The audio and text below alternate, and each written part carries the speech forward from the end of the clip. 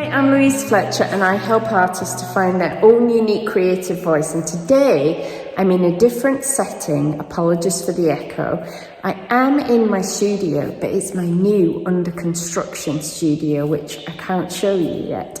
What I want to talk about today is composition. It's one of the things probably that people ask me about most, and I have several ways that I work on my compositional ideas, but because I'm in a studio that's not yet finished, I'm restricted to what I can work with, and so I'm using collage. And it's a favourite trick of mine to work on composition ideas, and I even have a little book all dedicated to working on this. So I'm going to work on a collage composition, and while I'm working, I'm going to talk you through why I'm making the decisions that I am. So let's go have a look.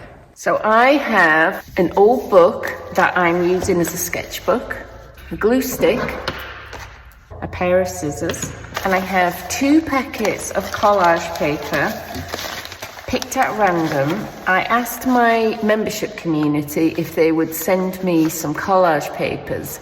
Got packages like this, tons of them, and I thought I would use these packages for this project, but you can use any found papers, old paintings that didn't work out that you've torn up, scraps of paper, anything to do this exercise. What this book is about for me is learning about exploring composition in perhaps slightly different ways than I do in my paintings. It makes it much more simple to explore shapes and placement of things when it's just pieces of paper that you can move around.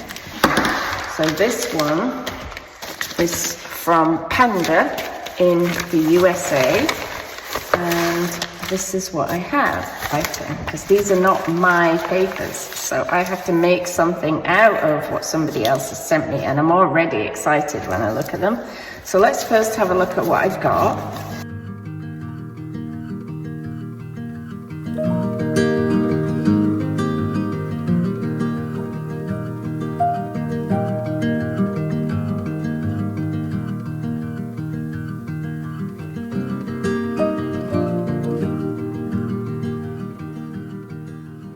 So I'm thinking about things that are different from one another, because that creates visual interest. So you notice that I chose some stripes and some dots and some writing and these shapes that are different from anything else. And when I chose more dots, they're different from each other. And then that's different. I'm going to have to make several collages with these because I love them.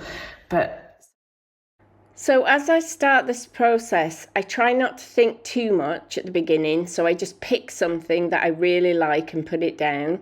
That was some beautiful calligraphy, and I just cut part of it out so it doesn't quite look the same.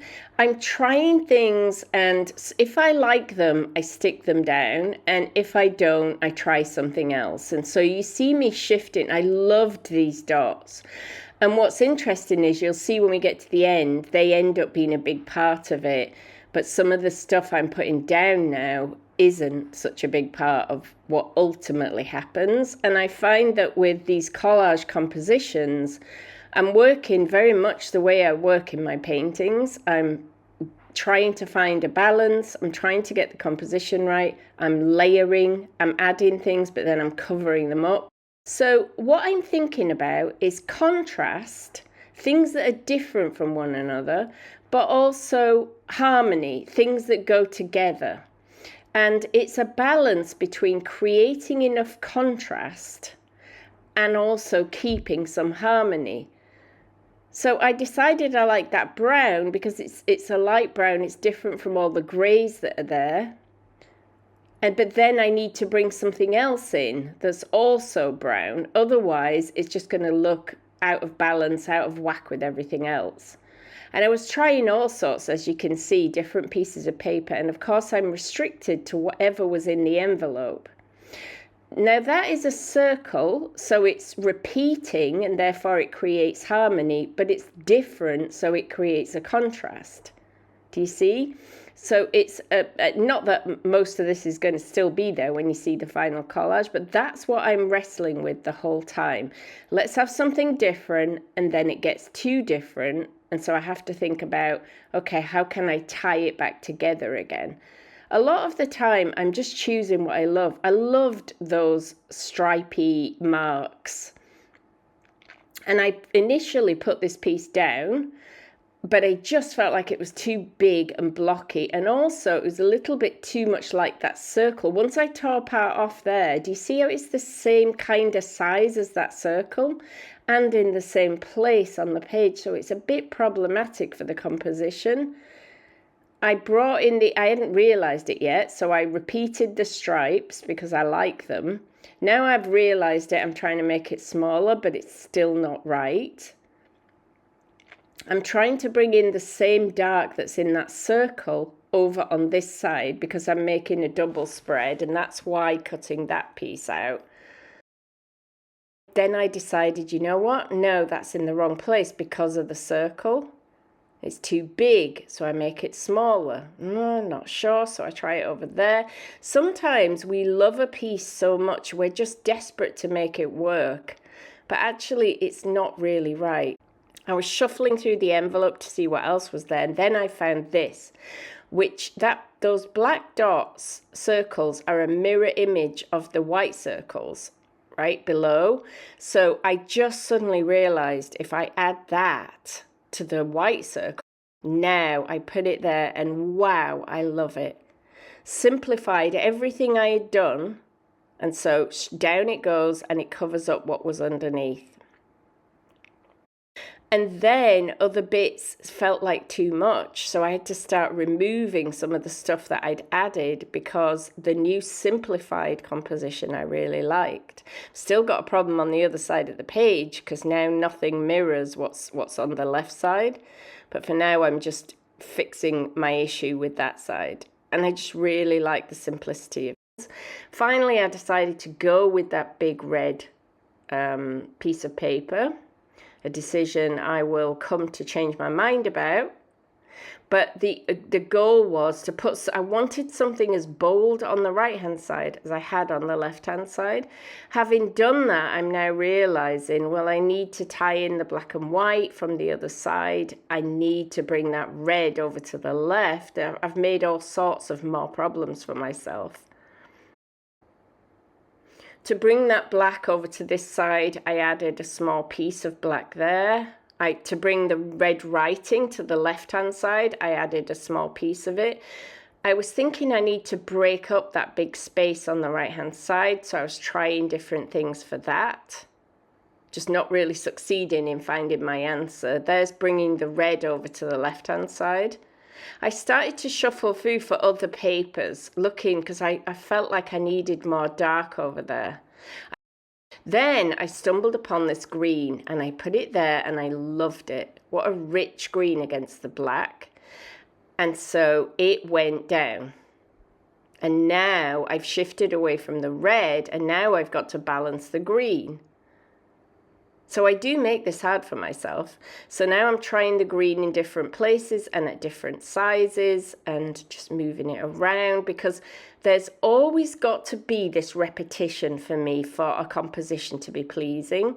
I don't want to see something that just doesn't look like it belongs in the world of this piece. I want everything to look as though it belongs. I wanted to break up that green, so I used some brown neutral to break that up. And then I decided it still needed that big bold move that I have over on the left. And finally, hallelujah, I realized a solution.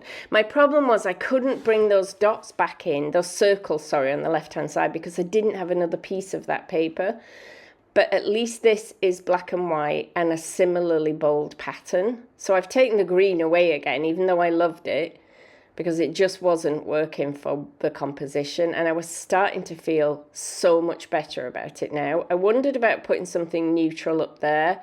I wanted to simplify. The way I'd simplified the left side, I was looking at simplifying this right side. And then I tried that piece and again, it's a bold black and white and it's circles. So even though it's different, it had some kind of feeling that I liked.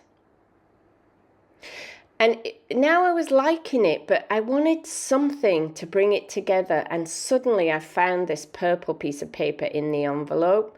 And I used the circles that I cut out and then the ladder kind of thing that it created.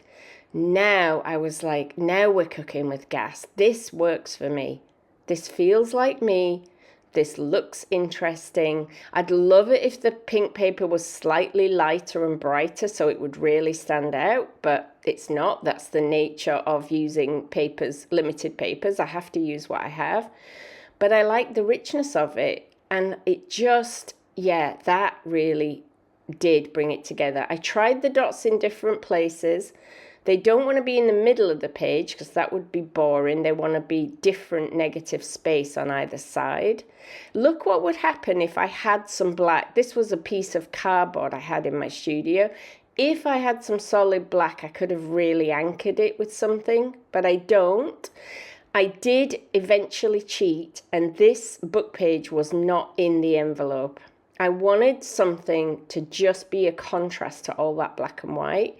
So I put these book pages on, and then I was happy with it, and I left it there. It was interesting how difficult it makes it to be working with a limitation of collage papers and without having picked to begin with. Normally I would pick some solid colour, some old book pages, some pattern, and then I would put those things together. But restricting myself to opening up a surprise packet and then working with that paper was both really difficult and also really interesting as a challenge, because I think the more limitations we have on ourselves sometimes, the more creative we can be. So while you can't open up perhaps random packets of collage paper from other people, although if you've got artist friends, you could swap papers and that might be fun. You can limit yourself. You can pick just all one kind of papers, or pick a bunch of papers you think you can't make work and then see what you can do with them. It's really good fun. That's it from me this time. I'll see you again. Don't forget to do what everyone says on every video. Hit like, hit subscribe, and leave me a comment, because it all helps you to make sure that you see my content the next time I put something out. That's it for now. See you again.